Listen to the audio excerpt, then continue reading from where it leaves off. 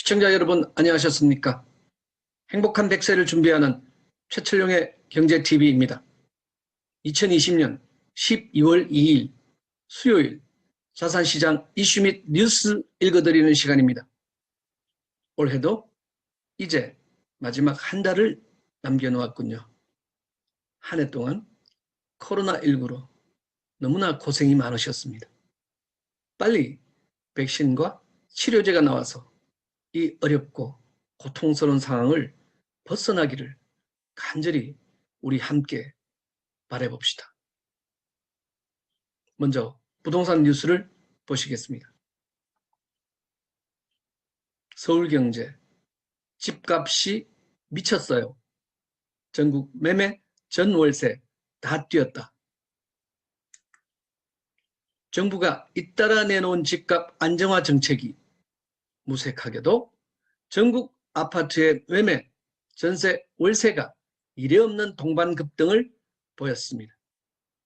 주목할 만한 점은 이 같은 급등세가 서울 등 수도권에만 국한된 현상이 아니라는 점입니다. 지방까지 전국의 주택시장이 요동치고 있습니다. 전문가들은 이 같은 현상은 이례적이라고 평가하고 있습니다. 임대차 3법 시행 등 정책 부작용 때문이라는 설명입니다.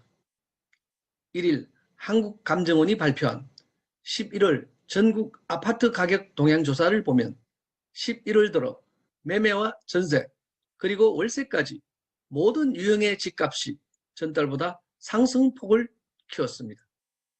세부적으로 보면 전국 아파트 매매가 상승률은 0.75%를 기록했습니다. 전달인 10월 0.40%, 상승률의 2배 수준입니다. 지역별로 보면 서울이 0.12%, 수도권이 0.66% 올랐고 지방도 0.84% 올라 모두 전달보다 상승세가 더 가팔라졌습니다. 상대적으로 소외됐던 지방 아파트 시장마저 과열된 것입니다. 임대차법 시행 넉 달이 지났지만 전세 시장도 진정될 기미가 보이지 않는다는 것이 문제이며 전문가들은 매매와 전세 시장이 동반 출렁이는 상황은 역사적으로 없었다고 합니다. 네. 땜질에 또 땜질인 이 부동산 정책이 현재로서는 아무런 대안이 없는 정책으로 보입니다. 전반적인 재검토가 필요한 것 아닌가.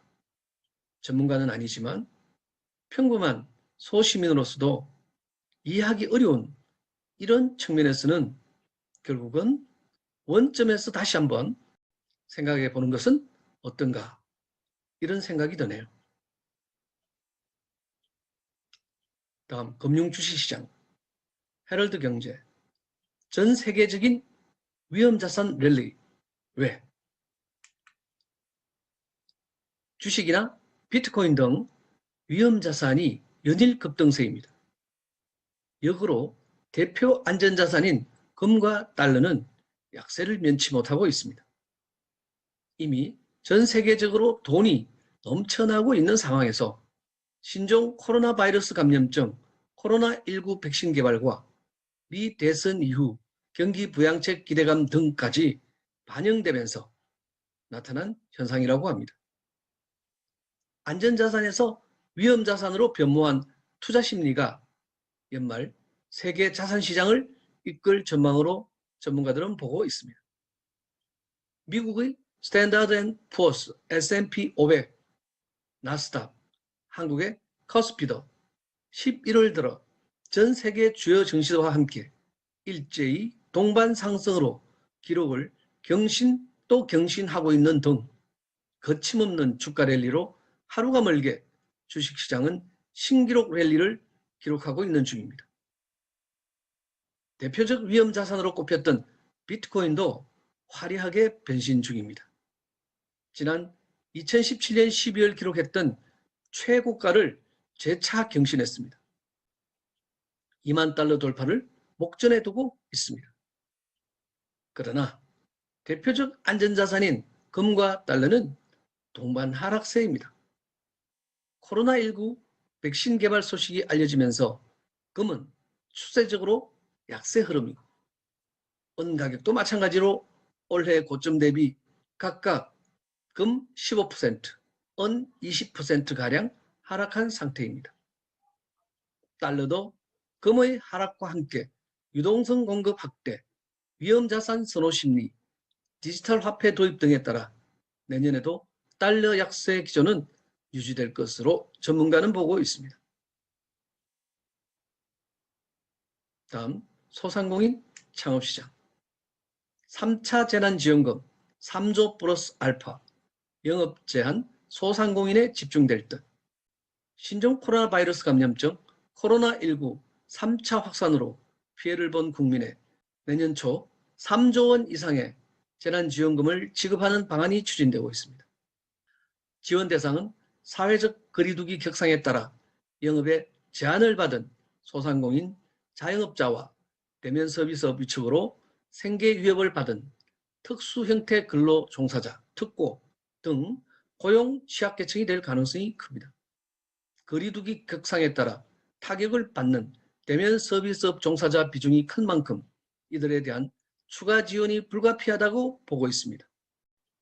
지원금 예산 규모는 줄었지만 거리두기에 따른 영업 제한 규모도 줄었다는 점을 감안하면 3차 재난지원금은 2차 지원금과 유사한 수준이거나 지원금 수준이 다소 줄어들 가능성이 제기되고 있습니다. 긴급 돌봄 지원이나 이동통신 지원 등은 이번에는 빠질 가능성이 있습니다. 규모 면에서 보면 이번 3차 재난지원금 3조 플러스 알파로 4차 추경 7조 8천억 원에 담았던 2차 재난지원금과는 상당한 격차를 보이고 있습니다. 이는 현 상황에서 판단하는 예산 규모로 코로나19 확산 정도와 거리두기 격상에 따른 피해 누적의 정도에 따라 더 늘어날 수 있다고 합니다. 지급 방식은 1차 재난지원금 때의 보편적인 방식이 아닌 2차 때와 유사한 선별 지급입니다. 다음, 디지털 자산 코인 이슈 앤 뉴스. 디지털 자산 비트코인이 드디어 3년 만에 최고가인 19,900달러를 돌파하였습니다. 오늘 오전 현재 한국거래소에서는 한화 2천만 원대로 상승 후 조정을 받고 있습니다. 기타 알트코인들도 약간의 상승 후 조정 중입니다. 크게 오른 리플과 스텔라가 조정 중이지만 등락폭은 줄어들었습니다. 리플은 12월 3일 미국 정권위원회 SEC의 중요한 발표를 앞두고 있으며 12월 12일 스파크 코인 에어드랍이 있다고 합니다. 여기에 대한 이야기는 제 영상 리플 XRP 편을 참고하시기 바랍니다. 오늘은 디지털 화폐로서 우리나라 특검법 시행 이후 가상자산의 과세가 어떻게 진행되는지에 대해 방향을 알아보는 시간을 가지겠습니다. 참고로 특검법 시행은 내년 2021년 3월 이후입니다. 투자는 투자자 본인의 책임하에 하는 것이며 본 소개는 매수 의견이 아님을 밝혀드립니다.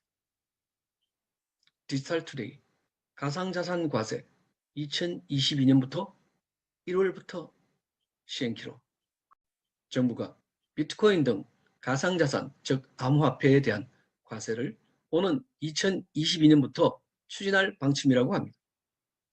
국회 기획재정위원회는 지난 30일 전체 회의를 열고 가상자산 과세 내용을 담은 세법 개정안을 의결했습니다.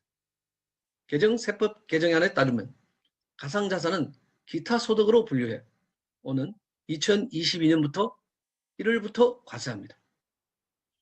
가상자산 과세 인프라 준비 기간이 필요하다는 업계의 목소리를 반영한 결과입니다. 확정된 기본 세율은 20%입니다. 여기에 기본소득 공제액은 250만 원으로 정했습니다. 가상자산 투자를 통해 얻은 연간 소득이 250만 원을 초과할 경우 20%를 세금으로 내야 한다는 것입니다. 250만 원 이하 소득에 대해서는 과세하지 않기로 했습니다. 예를 들어 2022년 1월부터 12월까지 1년간 비트코인에 투자해 총 300만 원을 벌었다면 250만 원을 제외한 나머지 50만 원에 대해 20%인 10만 원을 세금으로 내야 합니다. 당초 정부안은 과세 시기가 2021년 10월 1일부터였으나 기재위가 과세 시기를 3개월 늦춰 법안을 의결했습니다. 과세 방식은 정부안 그대로 유지하기로 했습니다. 또한 해외 금융계좌 신고 대상에 가상자산 항목이 추가됐습니다. 해외에 있는 가상자산 거래소에 계좌를 개설해 투자한 경우에 이를 신고해야 합니다. 다음 블락미디어 한국 블록체인 협회 가상자산 과세 2023년 1월 1일까지 유예해 달라.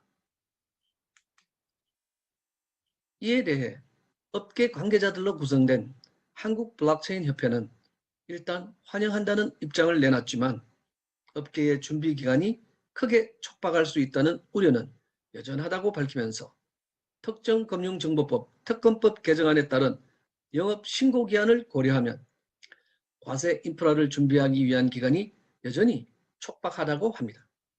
오는 2021년 3월부터 시행되는 특검법 개정안에 따라 거래소 등 가상자산 사업자들은 금융정보분석원 FIU에 신고한 후에 영업해야 합니다. 이때 요건을 갖춰 신고하는 기한은 법 시행 후 6개월 후인 9월까지이고 신고하면 FIU는 3개월 이내에 수리 여부를 통지합니다. 그러므로 협회는 2021년 1월부터 과세 적용 시 과세 인프라 구축 등 준비 기간이 크게 촉박하다는 우려는 여전히 있다고 지적했습니다. 지난 10월 업계가 과세에 협력하기 위해서는 개별 거래소의 과세 인프라 구축이 필수로 선행되어야 하기 때문에 2023년 1월 1일로 과세 시기를 유예할 필요가 있다고 협회는 주장한 바 있습니다. 오늘도 끝까지 영상을 시청해 주신 여러분께 너무나 감사드립니다. 최철영의 경제TV 여기서 마치겠습니다. 감사합니다.